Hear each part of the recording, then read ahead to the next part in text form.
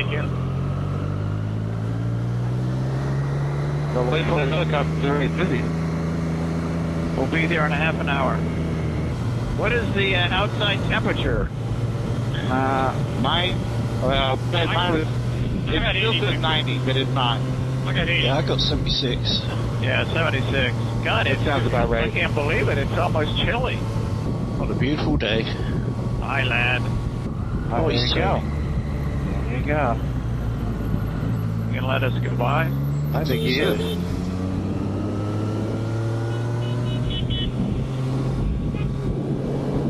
Gotta love Georgian drivers. He heard you talking about it, Jerry. It's almost like Texas. It's got to be a big town for trial. I like this guy's garage and car. Yeah, I do too. Really nice. Eric, how many miles have you got now on the Africa Twin? I got 21,677. Wow. So I left here with right around, I guess, 10,000 miles or so, maybe a little less. So about 11,000 miles, the Canadian trip, wasn't it? Yeah. Yep. It's a big trip. Yeah, I can't remember what Kai is at, like 26,000 miles or something it is, like. Wow, that's pretty good. Yeah, what I took away from what you just said is that we're old. Yeah. Well, yeah. Old and wise. Well, that's another business, Rich, you can go into is Dunn Motorcycle Tours will take young men and have them man up. We'll teach them how to be a man. It's an alternative to the Marines. That's right. Turn them into men. I haven't seen, did you see those headstones that were in the shape of hearts? I thought that was Mickey Mouse and Minnie Mouse. Yeah, I don't think I've seen that before. That's interesting. It's a nice color. I like that. I'm surprised Disney didn't put a cease and desist. And so you joined me on this beautiful late August day. I'm out with Ed and Jerry on their GSAs and Eric on his Africa Twin and my trusty Street Triple RS. And this has done about 2,500 miles now. I am persevering with the OEM tyres. I do have some Michelin Pro 6s to go on, and I don't think these are going to last that much longer now. I think they're pretty much done. But if I can get another couple hundred miles out of them, I shall. And starting a new day job next week, so quite looking forward to that. And it won't eat into my time making videos any more than it did before. And just means I get less time to ride bikes in sunshine, which is a shame, because I have my new Multistrada V4S and my Street Triple R relatively new. In terms of, even though I'm not on the Multi today, a couple of people have asked why I went back to one. Really, I wanted to kind of settle my bike selection down for the next year or possibly two. Thinking if I change the adventure bike, what would I change it for? An adventure bike's always great as a primary bike. I think with the Tiger was fantastic, but I kind of bought the wrong one. I think I should have bought the road version, the Explorer, rather than the Rally Explorer, because I don't ride it off-road, and it just means that it's tall. It's got that 21-inch front wheel, which is a slight compromise, and then also it's got the 8-gallon tank, which is great in theory for range, but in terms of actually riding the thing, or pushing it about particularly, it's just tall and heavy, and I wanted to try and get away from that a little bit. And I considered going down to the middleweights. Tiger 900 GT Pro was on the cards. That would have been a good option. Definitely would have been a good option to buy. Just a couple of things that wasn't quite right. I would like a little bit more comfort in the seat, although potentially you could change the seat.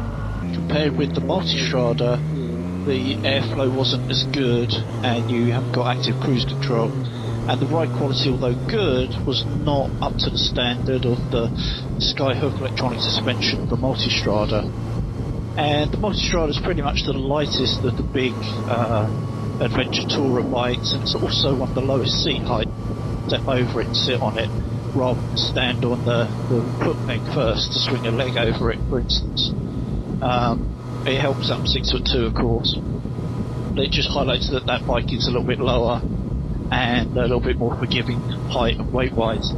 And so far so good. It still has the old traits that my other one did. It's got a little bit of fuel surging, probably not as bad as my old bike, but it's still not perfect. You can kind of live with it, ride around it a bit, but it will surge a bit, you know, kind of lean forwards and, you know, rein itself in whilst on a steady throttle with cruise control on, which is the most annoying thing about it.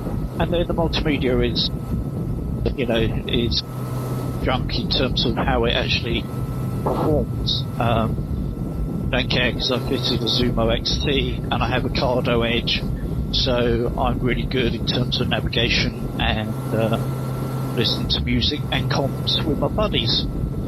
So with that bike, it's done just over 1,000 miles. I've just ceramic coated the bodywork and it looks really nice in white, and I'm very, very pleased with that.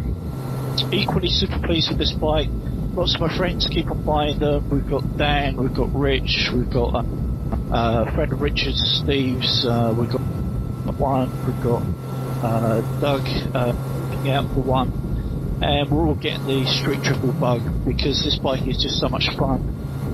The money, you can't beat it in terms of its agility, handling, and relative comfort at a relatively good price, particularly the RS model, which, you know, has the extra bling over the R in terms of the Olin shock and Brembo brakes, but isn't quite as the Moto 2 and that carbon fibre in the Olin's front end. So Moto 2 is obviously best on track.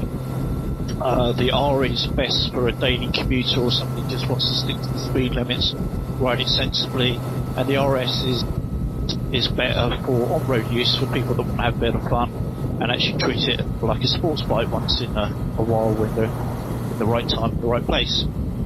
So that's where we are with that, and anyway, that's just a quick update from me on this beautiful late August summer's day here in sunny Georgia, and I shall speak to you all soon. All to bits. Bye.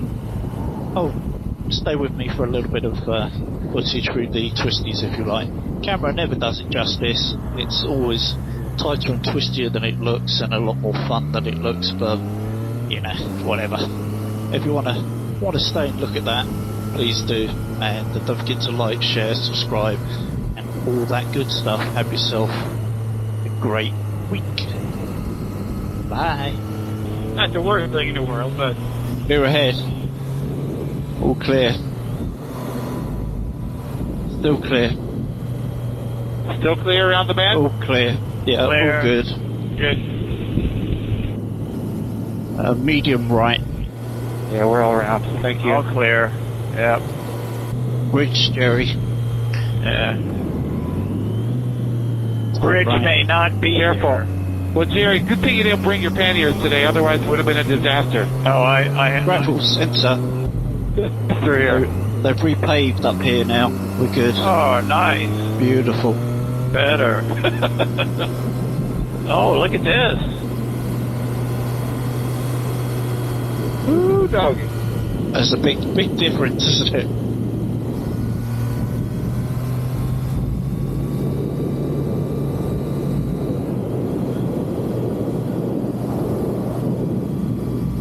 Look at it's all dotted line. The whole thing's a big passing zone. Yep. Feels nice and cool, doesn't it? That breeze. Nice. Yeah, it's clear. Still clear. Really clear. Good. Yeah, clear. Yep. All Easy clear. right downhill. Can't see a thing. All clear. Thank God the wind's blowing the right direction. Yeah. It's not a chemical burn. Hold your breath. You're still going to have to hold your breath as you go past.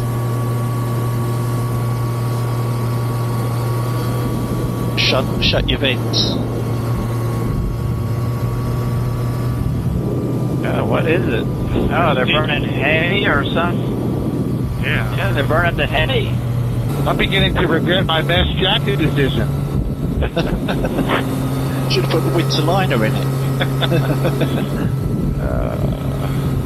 God, we're spoiled.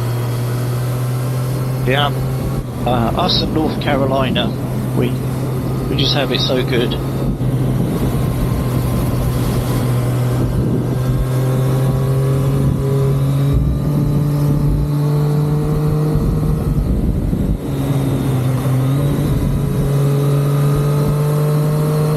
Oh, they're gonna storm through here. Yeah.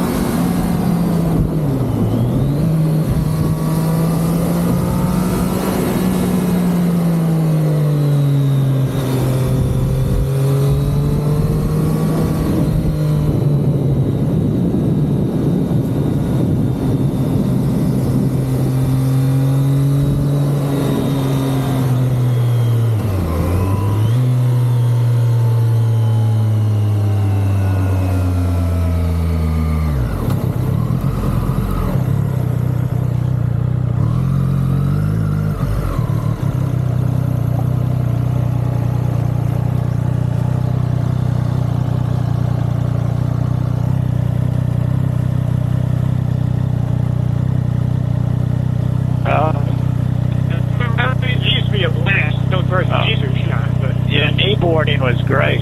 That was fun. But what I think is really cool nowadays is God, what a beautiful day. Look at that. So clear. Hey you, if you want to become one of the Ride On people, don't forget to subscribe. Ride often, ride carefully, ride on.